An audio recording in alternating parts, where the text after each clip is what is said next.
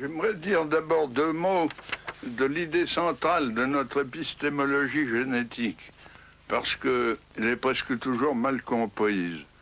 Les uns me prennent pour un empiriste, et même pour un néo-behavioriste, comme l'a fait Berlin, parce que je soutiens que la connaissance part de l'action exercée sur les objets. Or, une action sur les objets, c'est pas du tout la même chose que tirer la connaissance des objets eux-mêmes. Il y a donc là une première confusion. Les autres me trouvent au contraire néo-maturationnistes ou même innéistes, étant donné que je fais appel à l'action du sujet.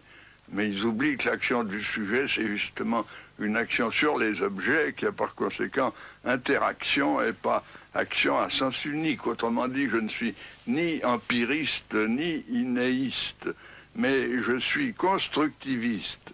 C'est-à-dire que je pense que la connaissance est affaire de continuelle construction nouvelle par interaction avec le réel et ne sont pas préformées. Il y a créativité continuelle.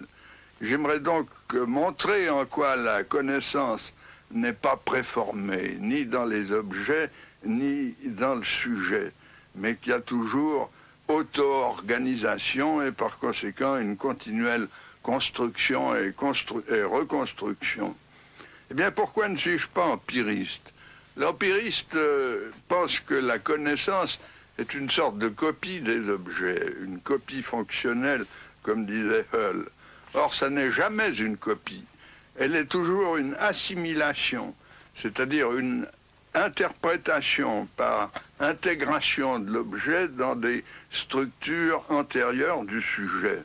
Le meilleur exemple qu'on puisse donner pour justifier cette thèse, c'est l'étude du dessin lui-même chez l'enfant, étant donné que le dessin, par définition, est une copie d'un modèle.